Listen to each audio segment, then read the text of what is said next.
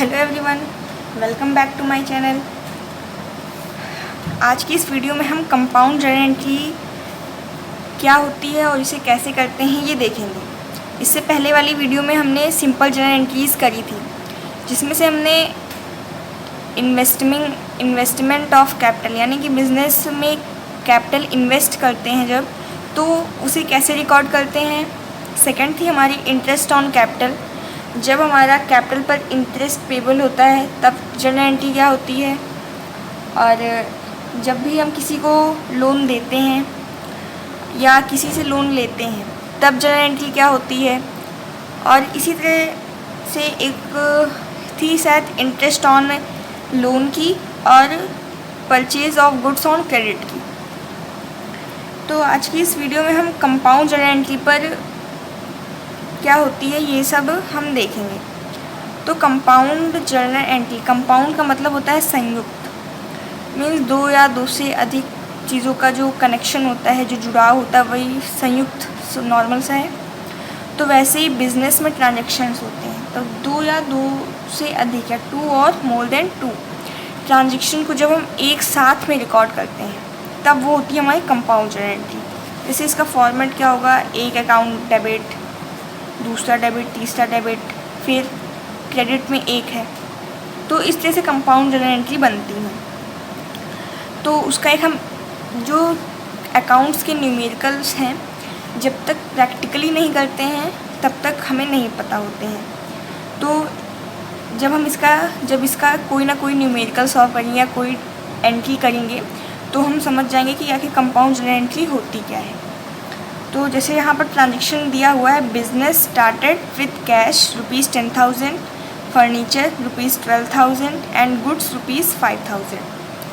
तो इसकी जब हम जर्नल एंट्री करेंगे तो जर्नल एंट्री में इसमें हमें सबसे पहले देखना कौन से, हाँ, अगर हम सिर्फ इतना देखें कि बिजनेस स्टार्टेड विथ कैश तो सिंपल जर्नल एंट्री की तरह होगा। इसमें एक अकाउंट हमारा कैश मिलेगा और दूसरा बिजनेस स्टार्टेड विथ कैश, यानी कोई ना कोई होगा जिसने बिज़नेस स्टार्ट किया है तो वो होगा बिज़नेस का ऑनर। और हमने पहले बताया था कि जब भी हम एंट्रीज करते हैं, जर्नल एंट्री करते हैं, तो उसमें हम कहीं भी ऑनर का नाम नहीं लिखते हैं। तो बिज़नेस स्टार्टेड विथ कैश के लिए हमने बताया था बिज़नेस के ऑनर का रिप्रेजेंटेटिव अकाउंट कौन सा होता है, कैपिटल अकाउंट। तो यहाँ पर हम कैपिटल अकाउंट दूसरा हमें मिल गया, कैपिटल अकाउंट हो गया पर्सनल अकाउंट और कैश रियल अकाउंट। तो इसी तरह बाकी फर्नीचर अकाउंट भी रियल अकाउंट है, गुड्स भी रियल अकाउंट है, ये सब असेट्स हैं, ये सारे रियल अकाउंट हैं। तो इसके बाद में जब हम जर्नल एंट्री करने के लिए जब हमें दो एस्पेक्ट, दो पक्ष, दो अकाउंट मिल गए हैं तो जो भी रूल्स होते हैं उसके अकॉर्डिंग हम इसको डेबिट और क्रेडिट करेंगे।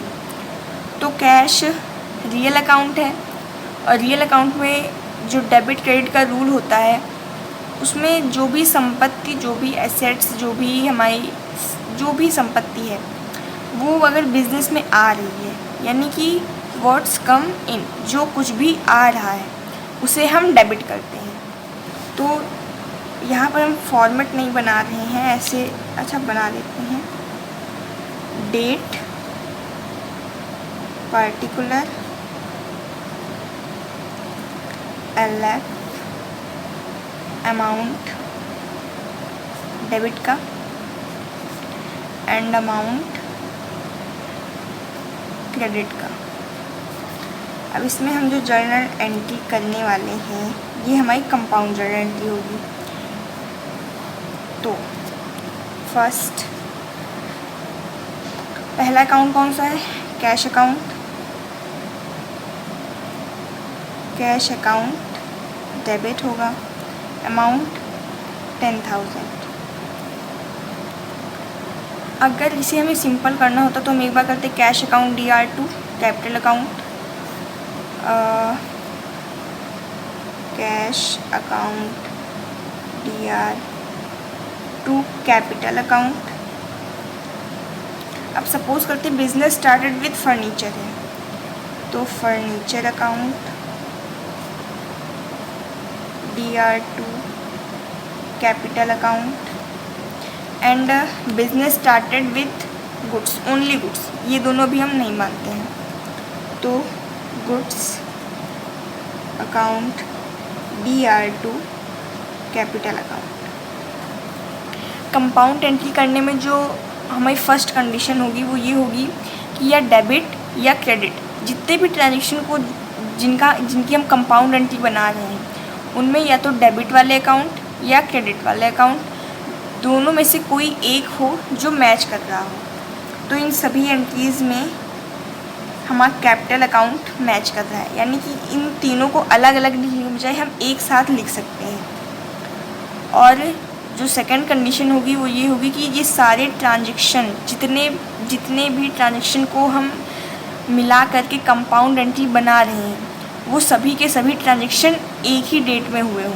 यानी इसलिए हमने फर्स्ट डाला, यहाँ पर अप्रैल डाल देते हैं। 1 अप्रैल को ही ये सारे के ट्रांजेक्शन हुए हैं। अगर इसमें होता कि 1 अप्रैल को हमने कैश लगाई, फिर 2 अप्रैल को गुड्स, फिर 3 अप्रैल को फर्नीचर, तो हम इसको कंपाउंड नहीं कर सकते थे क्योंकि उसमें फिर डेट अलग हो गई।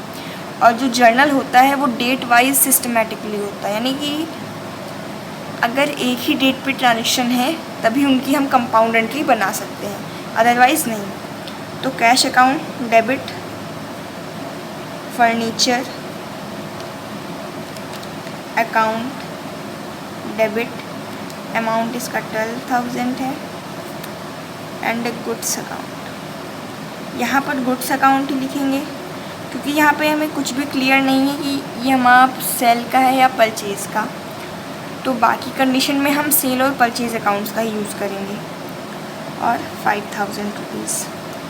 अब जब टू कैपिटल करेंगे तो जब ये सारे ट्रांजेक्शन एक दिन में हुए हैं, सबका रिलेशन कैपिटल से है, तो ये सारा का सारा जो भी अमाउंट है इसको हम ऐड करके तब कैपिटल वाले में लिखेंगे।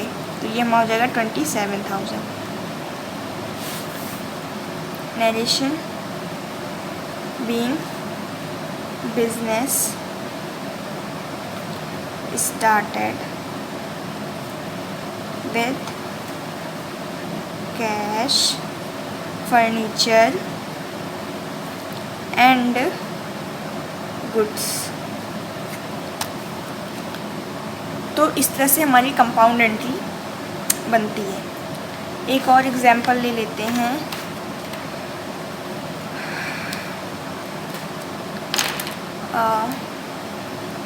Purchase of goods from Ram, ये है 500 रुपीज़ का।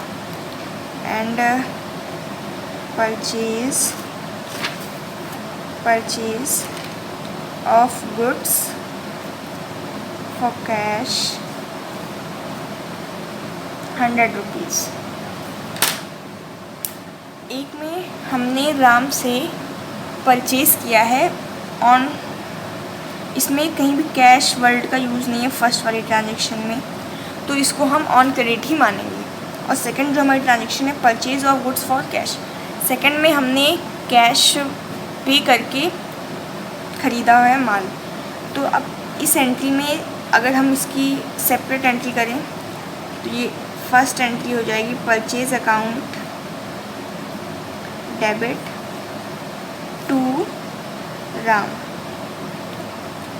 राम्स अकाउंट। अब यहाँ पर अमाउंट लिख देते हैं क्योंकि इसमें हम यहाँ पर राम का यूज़ करेंगे क्योंकि हमें राम से अभी मतलब है, अभी हमें राम से पेमेंट मिला नहीं है। और जो इसकी एंट्री होगी इसमें परचेज अकाउंट डेबिट करके, अब क्रेडिट क्या करेंगे कैश, क्योंकि कैश को हम पे कर रहे हैं तो कैश बिज़नेस से बाहर जा रहा है, बिज़नेस से जा रहा है, तो यहाँ पर कैश। अब इसकी जो हम कंपाउंड एंट्री बनाएंगे तो परचेज दोनों में सेम है, तो एक में लिख देते हैं purchase account DR to Ram to cash. अब इसका टोटल अमाउंट हो गया 600, ये 500, ये 100। Being purchase of goods from Ram on credit and for cash. तो इस तरह से 2 एंट्री जैसे हमने की ऐसे सभी एंट्रीज़ हो सकती हैं। बस 2 बातों का ध्यान रखना है कि जितनी भी एंट्रीज़ को हम कंपाउंड कर रहे हैं उनमें डेबिट या क्रेडिट में से कोई ना कोई एक ऐसे पक्ष होने चाहिए, ऐसे एस्पेक्ट होने चाहिए जो दोनों में ही सेम हो। जैसे ऊपर वाले में हमने देखा जो हमारा क्रेडिट हो रहा था यानी कैपिटल वो मैच कर रहा था, और सेकंड में जो डेबिट हो रहा था यानी परचेज़ अकाउंट वो दोनों में ही सेम था। तो इस तरह से इसको हमने एक बार लिख के इन दोनों का अमाउंट ऐड कर कर इसमें लिख दिया। इसका इफ़ेक्ट क्या होगा कि जब हम लेज़र बनाएंगे तो उसमें कोई भी इफ़ेक्ट वैसा नहीं पड़ेगा। लेकिन अगर हम अलग अलग डेट की एंट्रीज़ को अलग अलग, किसी में कुछ डेबिट है किसी में कुछ क्रेडिट है, उसको अगर हम कंपाउंड करेंगे तो हमारी जर्नल एंट्री गलत हो जाएगी, हमारे रिकॉर्ड्स जो हैं वो गलत हो जाएंगे। तो आज की वीडियो में बस इतना ही। नेक्स्ट वीडियो में हम और जर्नल एंट्रीज़ देखेंगे कौन कौन सी हैं। फ़िलहाल ये इम्पोर्टेंट था। Thanks for watching this video. Please like, share and subscribe my channel.